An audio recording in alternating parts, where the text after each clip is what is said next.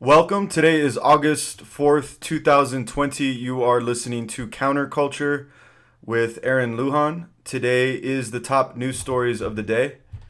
Getting us started is CNBC. Trump says he will ban TikTok through executive action and already has banned it. That's actually an old article. It's been banned. The Chinese-owned TikTok app it's owned by a company called ByteDance, has been banned due to national security interest. It's a national security threat. It's essentially spyware. So bad that even Mark Zuckerberg himself even called or even criticized it. It's essentially keeping record of users' locations, their pictures, and whatever they save to their clipboard. Breitbart's reporting ratings crash for NBA, MLB after protest filled debuts. I saw this myself. I was in the gym. I saw LeBron walk out with his Black Lives Matter shirt. Everybody on their knees. I mean, it was clearly, no pun intended, full court press from the social justice warriors utilizing MLB, NBA to push their agenda. I was talking to my dad this weekend, and he believes that Roger Goodell and Silver at the NBA are more than likely deep staters. The web is deep, folks. We don't have any proof of that, but it just looks pretty obvious. That's the logical conclusion, that these major sports leagues are in bed with the powers that be, let's say. CBS Sports is reporting that Browns wide receiver Beckham says NFL season should be canceled. I kind of almost want to agree with him. I mean, I think a lot of Americans agree with him and myself, considering the fact that I didn't watch the openers.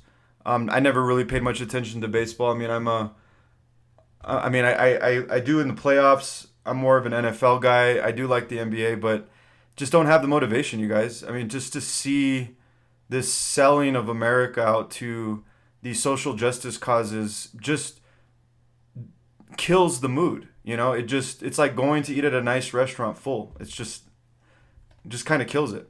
The Daily Caller has an article out. Pro-life students arrested for writing Black Preborn Lives Matter on sidewalk outside of DC Planned Parenthood. Now, I thought this article was interesting because when you juxtapose that, compare that to the 60 plus days of Molotov cocktails and barricading police officers inside courthouses, and that's all cutesy, but when three very young looking people actually were from the Students for Life of America and the Frederick Douglass Foundation, took some chalk out and put Black Lives Matter and just added the preborn part of it, they were arrested immediately. Are you guys awake yet? Do you guys see the two agendas? If you don't see it yet, please listen to the next 20 minutes. CBN News. And let me just put a quick disclaimer, you guys. I have so many articles that I'm going to be Micro Machine Man today, okay? And if you guys don't know who Micro Machine Man is, you were probably born after 1989. So YouTube it. CBN News is reporting, we are standing for the cross. Christians unite as Antifa activists threaten to tear down cross at private college. So Antifa claims that the cross is a racist symbol and they want it removed from the private campus of New Hope Christian College. The college wrote that the cross embodies hope and the unconditional love from our Heavenly Father. I could not agree more. Quote, this is kingdom business and the church has to be awakened. We are standing for the cross. So now, ladies and gentlemen, the cross is racist. And if you don't believe me, believewhatreallyhappened.com. They have an article out today. Tear them down. BLM activist Sean King calls for the destruction of Jesus Christ statues and the destructions of churches. He cites white supremacy, oppression, and racist propaganda. He called the depiction of the, quote, white Holy Family was a form of white supremacy and that promoted oppression. And he went further and said all murals and stained glass windows of white Jesus and his European mother and their white friends should also come down. They are a gross form of white supremacy created as tools of oppression and racist propaganda. Hold on, coffee sip. Sorry, guys. Wow, it's hot. I'm going to go as far as to say that the Black Lives Matter at this point is a Trojan horse against the Christian West. I mean, what does this have to do with George Floyd? I mean, I don't even think I need to extrapolate or explain how the cross and Jesus are not forms of white supremacy. I don't need to do that, I hope. Twitter pointed out to King that differing cultures do depict biblical figures in ways that resemble their own communities. I know this for a fact, living in Los Angeles, going into Ethiopian restaurants. One of the shockers for me, because I had never seen this before, was Black Jesus all over their walls in pictures.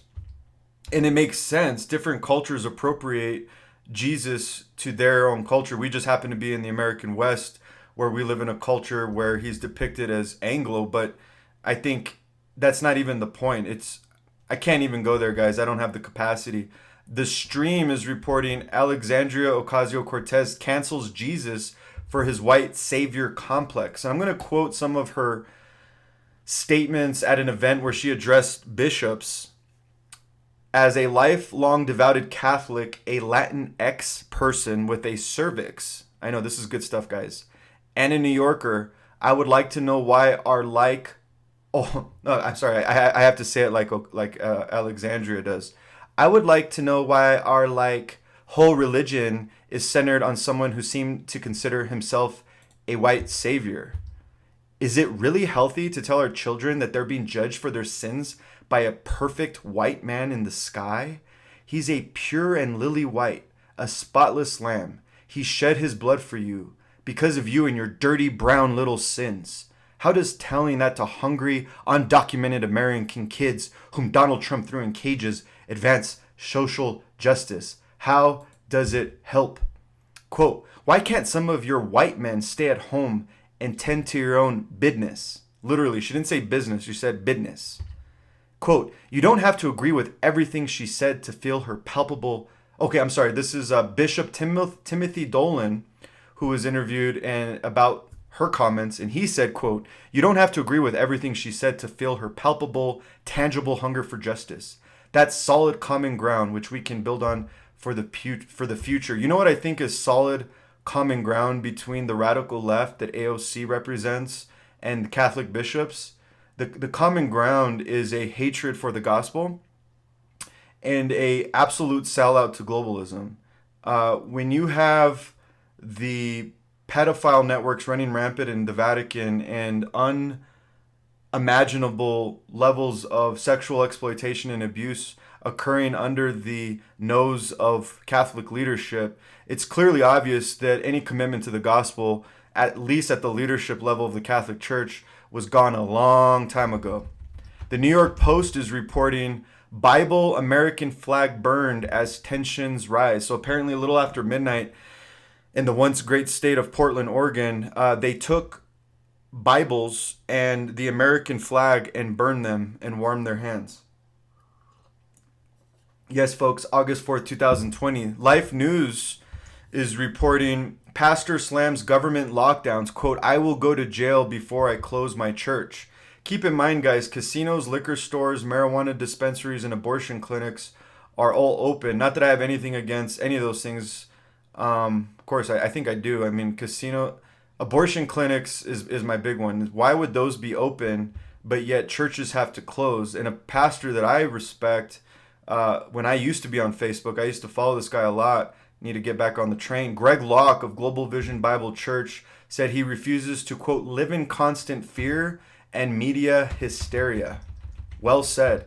The Patriot Post is reporting that George Floyd body cam footage has been leaked. And a couple quick takeaways that I have, you guys, is number one, the release of this footage was timed perfectly. Because we could have released this immediately after. We could have released it a month after. No, it was released as the fire needed to be stoked. And why do I believe that? Well, it's been long enough for the memory of George Floyd to start to go cycled out of the news.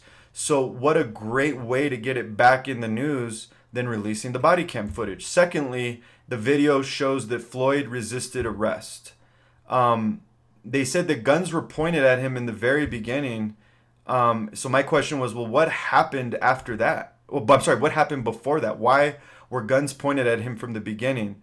The video, from my understanding, doesn't explain that, but what the video does explain is that there was nothing racist about it.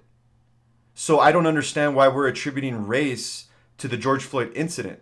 Because if it was a race motivated murder, then there would be some evidence of racial hatred. A comment should have been made. A circumstance with, as it pertains to race, should have been evident in the video, but there is none. In fact, one of the officers is Asian. So explain that to me.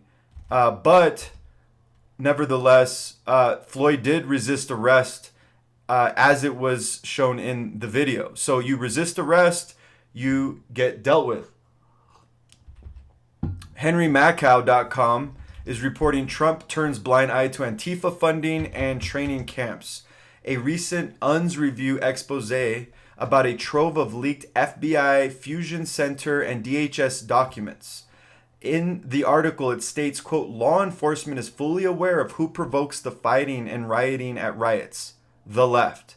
The documents from fusion centers from across the country, which is intelligence provided by local police departments, repeatedly report this.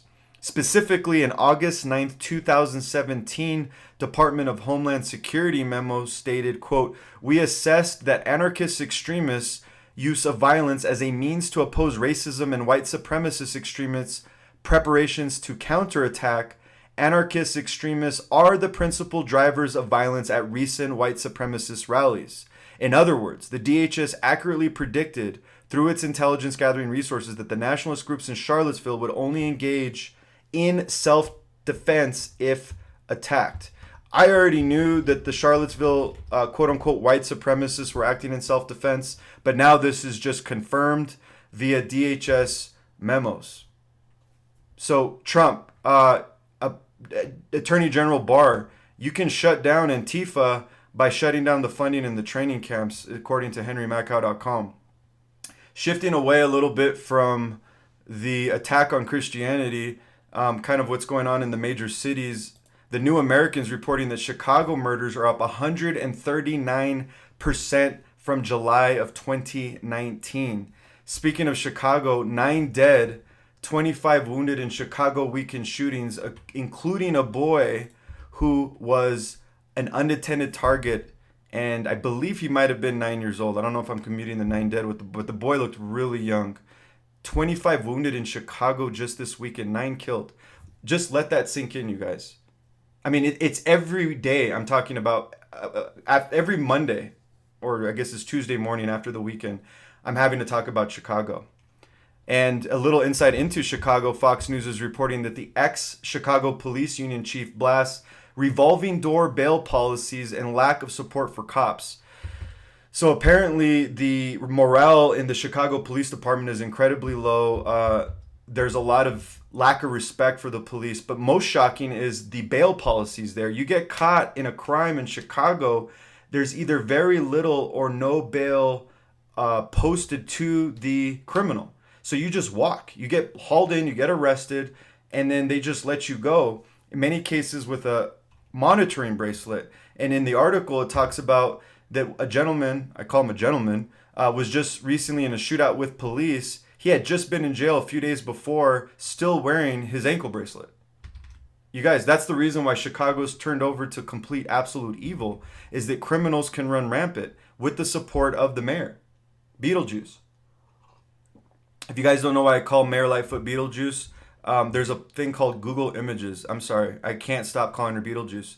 Nolte, Minneapolis City. This is a good one, you guys. So if you're about to turn it off, listen to this one. Minneapolis City Council's robbery tips expose massive failure of government and voters. So let me begin explaining this article by saying the only job of government, the only job, other than maybe national defense and national security, is to protect the rights of its citizens. That's it. That's it. You read the original writings of the founders, that is it. Now, That's the only thing they should be doing, and yet this apparently in Minneapolis, the one job that they have relinquished. I'm going to read to you a memo that was released by the City Council of Minneapolis, a once great American city in the United States. I cannot. I thought I couldn't get shocked anymore, and I got shocked. Quote, robberies and carjackings have increased. Cell phones and vehicles are being targeted. Victims have been maced, dragged, assaulted, and some threatened with a gun. Now, here's what they give you in terms of tips if you live in Minneapolis. Be prepared to give up your cell phone and purse or wallet and do as the criminals say. Do not walk alone. Be hyper aware of your surroundings at all times. Lock your doors while driving. Yes, guys, that is from the Minneapolis City Council titled Robbery Tips, which Breitbart is calling a massive failure of government and its voters. So add to the list of cities to move out of, on top of Seattle, Minneapolis.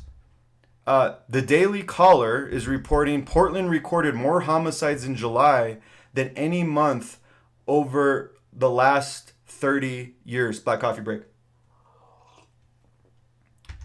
Lastly, Discern's reporting Seattle moves to disband police department, replace it with gender-affirming, anti-racist Department of Community Safety. Let me repeat that because I went a little quickly. Ladies and gentlemen, it's August 4th, 2020. The city of Seattle is disbanding their police department. They're going to replace it with something they really need, and I'm going to be sarcastic. People who can affirm gender and are not racist. This is where we are, you guys. This is where we are. But I'm going to have to move on to masks. This is my Jerry Springer section of the show. So if you guys like fights, you're in for a treat. Coffee break. Karen, because, Karen, air quotes Karen, not like my cousin Karen. I got a cousin named Karen. Can't wait to see her, make fun of her. Karen douses man with hot coffee over mask spat, gets her man beat up, reported by InfoWars. So apparently, like, these two guys were eating, and this woman comes over and accosts them for not wearing a mask, calls them a little bitch. I can say that on Apple, I think. And then the boyfriend, I guess, attacks the dude that she was with and just completely beats him up. And has hot coffee spilled. I mean, it's just not craziness. Fox News is reporting fight breaks out on flight to Ibiza between drunk, maskless passengers. It was a KLM flight from Amsterdam to Ibiza. British travelers who were drunk. I didn't think you needed to say British travelers who were drunk. You just say British travelers were apparently unwilling to abide by the airline's regulations, had too much to drink, and refused to put on a mask, and a fight broke out. I saw the video on Instagram, and it's just people punching each other in the face, a knee to the neck. I will note that he was still breathing with a knee on his neck. But now we're just throwing fools down on international flights. And this isn't the end of it. Gateway Pundits reporting crazy mask Karen goes berserk in Walmart, screams at and punches teen boy for not wearing face mask. Post Falls, Idaho Walmart. A woman runs up to some boys saying, "You guys are abusing your freedom. Stop it." And then the woman screamed and punched the teen boy who was recording everything on their cell phone. And then her obese husband says, "You think that is cute, not wearing a mask? Get a damn mask and put it on your face." And I guess the response for that was, quote, "We live in a country that we have freedoms, we have liberties." The response I should have said was the mother who saw the video later. We live in a country that we have freedoms, we have liberties. For my kids to walk into Walmart and get apprehended and accosted the way they did is uncalled for. So those people are getting sued. And I just feel like the irony of all of that is the fact that the couple who was lecturing the teens were obese and they were being lectured about their health. Ironic. CNN is reporting robotics startup invents smart mask that translates into 8 languages. I thought it would be kind of funny to throw that in there because here's a good use of a mask. Japanese startup Donut Robotics has created in conjunction with an app the C-Face smart mask that can transcribe dictation, amplify the wearer's voice, and translate speech into 8 different languages. I thought that was pretty cool. So I'll wear that mask once all the mask wearing's done, because I think that's a cool mask. One News Now has an article out. Fauci knew about HCQ hydroxychloroquine in 2005, therefore nobody needed to die. So Dr. Fauci controlled the National Institute of Health. They had a publication titled the Virology Journal. It was their official publication.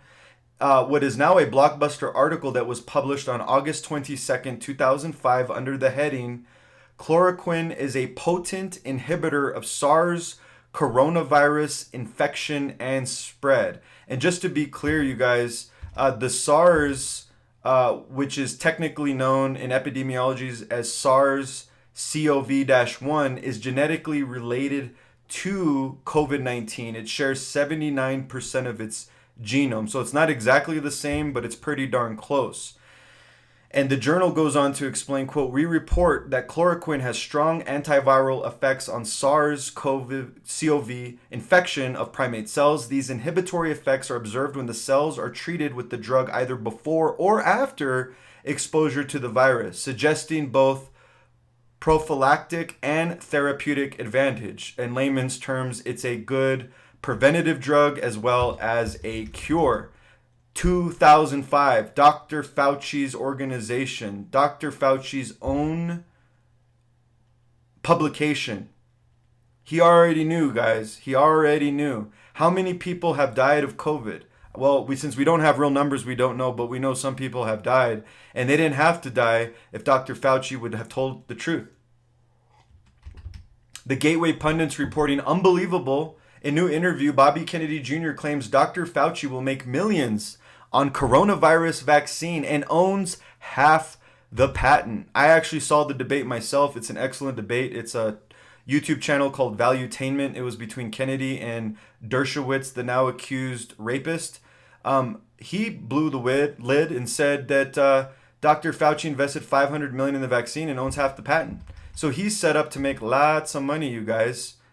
Maybe that's the reason why he didn't tell us about hydroxychloroquine. Hashtag things that make you say, Government slaves is reporting bubble indemnity. Big pharma firms will not be held accountable for side effects of COVID vaccine.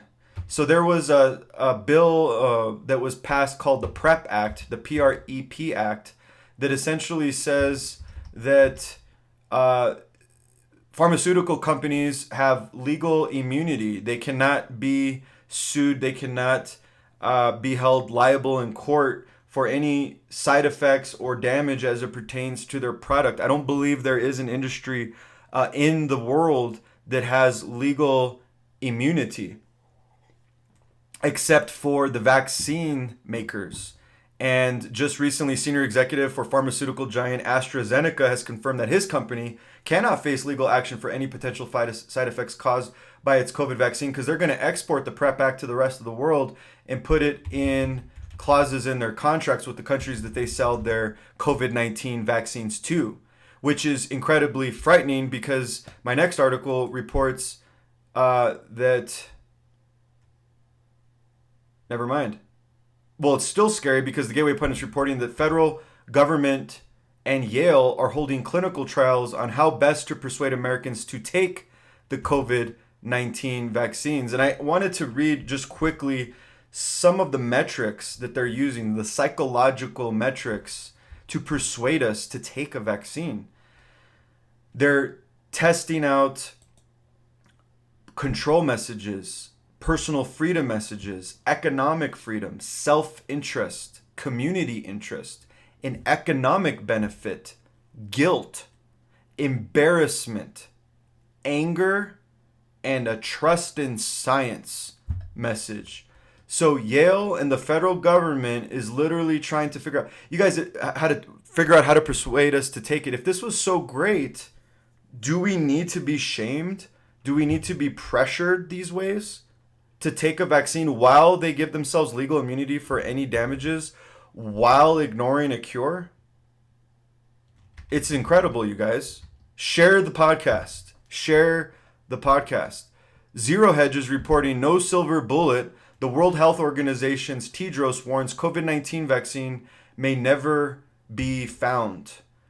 He said on Monday during the organization's latest briefing from its headquarters in Geneva that a cure for the virus might never be found and there is no silver bullet.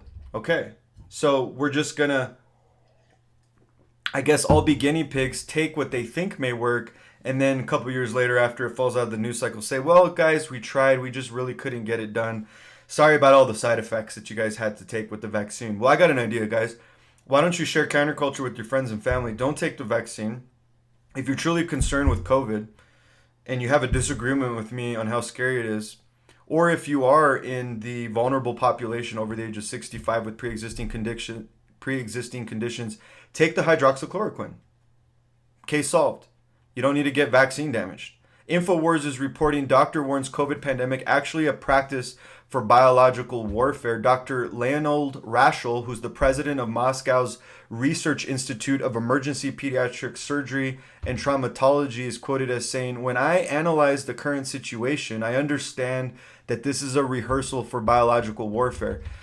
I ran into a good friend of mine in San Diego recently, and he had a very interesting comment. He said, I really think this is a dry run. I think it's a dress rehearsal for something bigger, potentially a real serious global pandemic, one that I will admit and everyone will admit is a life-threatening, widespread disease where you are going to see bodies drop and there is going to be global pandemic, unlike the fake COVID scam with a death rate of less than 1% for people under the age of 45, but a real one may be on the horizon, and we are in a beta test. See, you guys, I have engineer friends that tell me that anytime you create a product, you always test it in controlled environments. My scientific friends tell me the same. So if you are going to conduct a mass experiment on a mass population, would it make sense to do a dry run, to do a beta test, so that you get it right the time that you really go for it? So maybe this is all a dry run. I don't know, but apparently this doctor in Russia thinks so. The Epoch Times is reporting China begins mass COVID-19 testing in Hong Kong, raising fears of DNA surveillance. Quote, this is from Maya Wang, a researcher for Human Rights Watch, told the Nature Science Journal, our concern is that there is a widespread collection of DNA without legal protection and without telling people.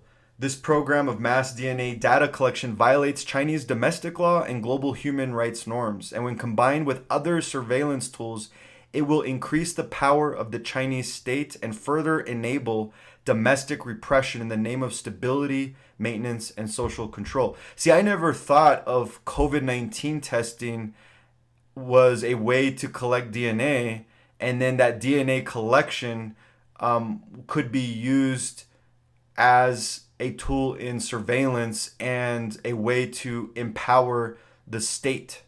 Fascinating stuff, you guys. Maybe this is the reason why they want to do mass testing. CNBC is reporting as pandemic stretches on, retail bankruptcies approach the highest number in a decade. 2020 is on track to have the highest number of retail bankruptcies in a decade, according to S&P Global Market Intelligence. Already 43 retailers have failed for bankruptcy this year alone. Let me do a time check. Microphone check. My goodness, we're already at 30 minutes, you guys. This is going to be a longer one. Buckle up. We're at the halfway point. No, we're 2/3 done. My bad. We're almost done. The Federalist Papers, teachers move goalposts, now worried about online learning too. You couldn't make this stuff up. I don't know why teachers are now demonizing online learning. Apparently you can't catch COVID through Zoom. I read the article. I really couldn't understand the argument. They're just not wanting to move towards online. Something about wanting reduced hours. There must be more at stake. I honestly want to think that this is a move to create chaos, because if you can keep the kids at home, you have flipped everyone's life upside down. And if anyone's been at home with kids these last few weeks knows what I'm talking about. Life is not normal when your kids are not at school, huh, mom and dad?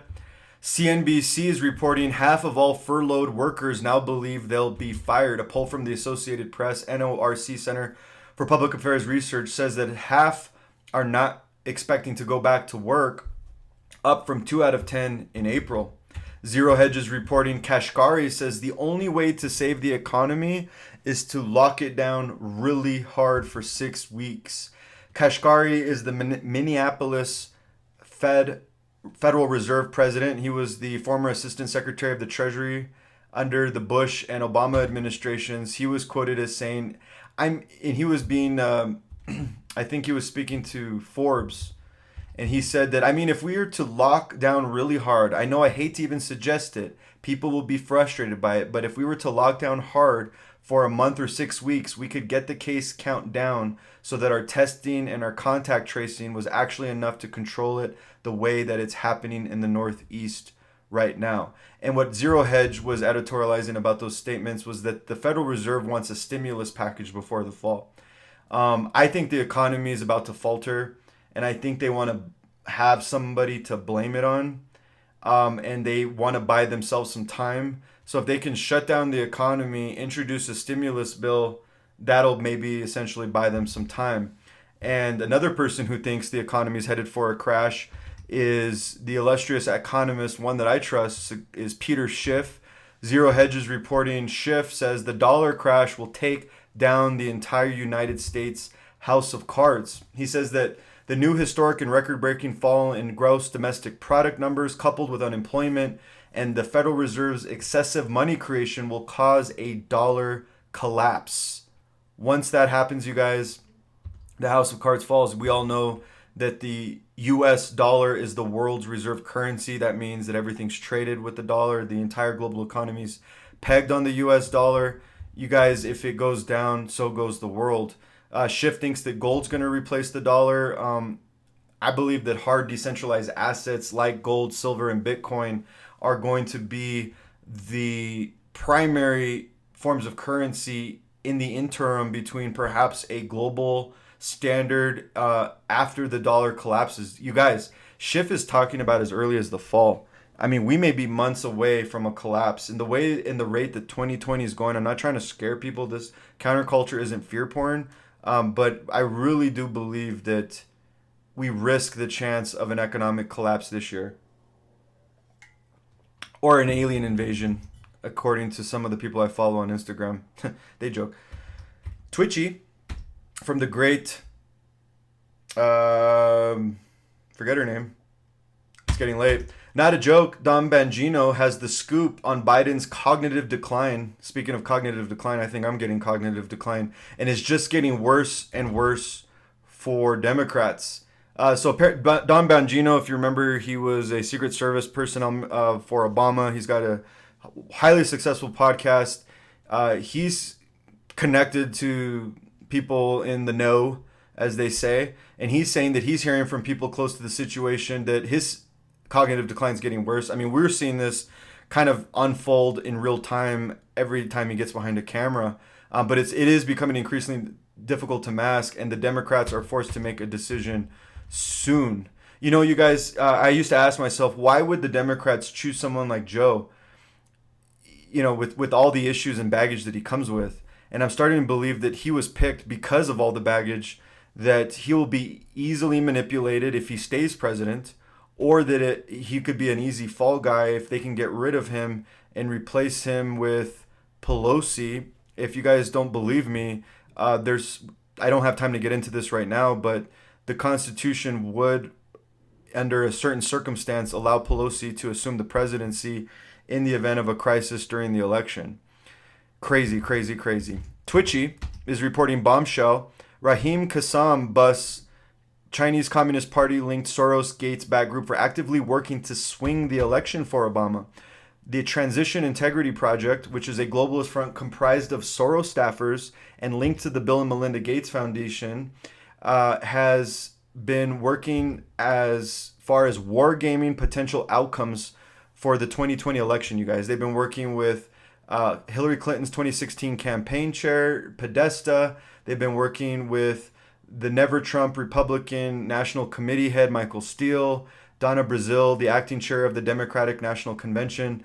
And these people are connected to the Chinese communists and to Soros. And it kind of makes sense because we're hearing a lot of talk of what's going to happen if Trump doesn't concede the election. I just read an article about a woman who says, I'm going to love to see armed men forcibly remove Trump out of the White House. I honestly think that they are planning something for the election. Why all of this activity? Why all of this organization? Why all of these articles focused on if Trump doesn't leave? Well, we kind of have a little hint. It's called mail-in ballots. Hot Air is reporting debacle. New York's mail-in primary is still incomplete after 6 weeks. So if we remember, the Democrats and the corporate media are pushing for mail-in voting in November because they're claiming that it's going to be too dangerous to stand in line and vote. Even though they stand in line and pay their quote-unquote respects for John Lewis, and even though we have tens of thousands of anarchists and rioters in the streets, that's totally chill. They're saying that mail-in voting is not going to work, or is going to work. That's the only way it's going to work. Well, let's look at a recent example. The state of New York, 6 weeks for a primary, the New York Times reported that the vote count for the June 23rd primary in the state of New York has not been completed, and disqualified ballots are still piling up by the thousands. You guys, just multiply that times 50 in a major election. I am of the opinion that mail-in ballots are very open for fraud. Of course, you can hide ballots. You don't need to be a voting expert to know. The Western Journal is reporting Trump outraged as state institutes widespread mail-in voting. See you in court. Nevada's Democratic majority passed Assembly Bill 4 to adopt large-scale mail-in voting ahead of the November election, the Las Vegas Review-Journal reports. And I'm going to quote a tweet from the president. In an illegal late-night coup, Nevada's clubhouse governor made it impossible for Republicans to win the state. Post office could never handle the traffic of mail-in votes without preparation, using COVID to steal the state. See you in court. Continuing, the Federalist Papers has an article out. Newly released court documents implicate Bill Clinton. He went to Epstein's Island with 2 young girls. In an unsealed court documents, his accuser, Virginia Giuffre, said that she saw the former president with 2 young girls. And when asked why Bill Clinton was there, Jeffrey joked, "He owes me favors." Tricky Bill at it again. Speaking of slimy politicians, CNN is not speaking of slimy politicians, wrong article. Isaias could bring strongest winds to New York City since Superstorm Sandy. So while this is all going on, we're going to have a superstorm. #weather modification. 100% Fed Up is reporting Ivy League College holds 5-week Deconstructing Whiteness lecture series for white students. You guys, I didn't even bother to read the article because of the title. Deconstructing Whiteness. And I think I just woke up my son. He's crying now. That sucks. Welcome to Counterculture. Fox News is reporting MSNBC producer resigns from network with scathing letter. They block diversity of thought and amplify fringe voices. A former producer at MSNBC, Ariana Picari, I will quote, says, the model blocks diversity of thought and content because the networks have incentive to amplify fringe voices and events at the expense of others, all because it pumps up the ratings. July 24th was my last day at NBC. I don't know what I'm going to do next exactly, but I simply can't stay there anymore. My colleagues are very smart people with good intentions. The problem is the job itself. It forces skilled journalists to make bad decisions on a daily basis. I love hearing these stories, you guys, because when you got insiders coming out of these corporate media companies, like we had a couple years back at CBS, they're the best, most trustworthy sources because they lived it. It's not, Trump supporters ranting about the MSM. These are people on the inside who see what goes on, see the dishonesty, see the corruption, and then just come out and report it. So if you actually needed information to convince you that MSNBC is absolutely corrupt along with the rest of the corporate news media, there you go. Speaking of corrupt new media, Gannett, my former employer, has an article out. Lifetime unwraps plans for first holiday film centered on LGBTQ romance in a Chinese American family. So apparently Lifetime is sold out. We're going to have LGBTQ love movies and Chinese influence in your living room. And lastly, guys, to take us out is good news. If you stayed this long to listen, you get a lollipop. And here's your lollipop from CNN.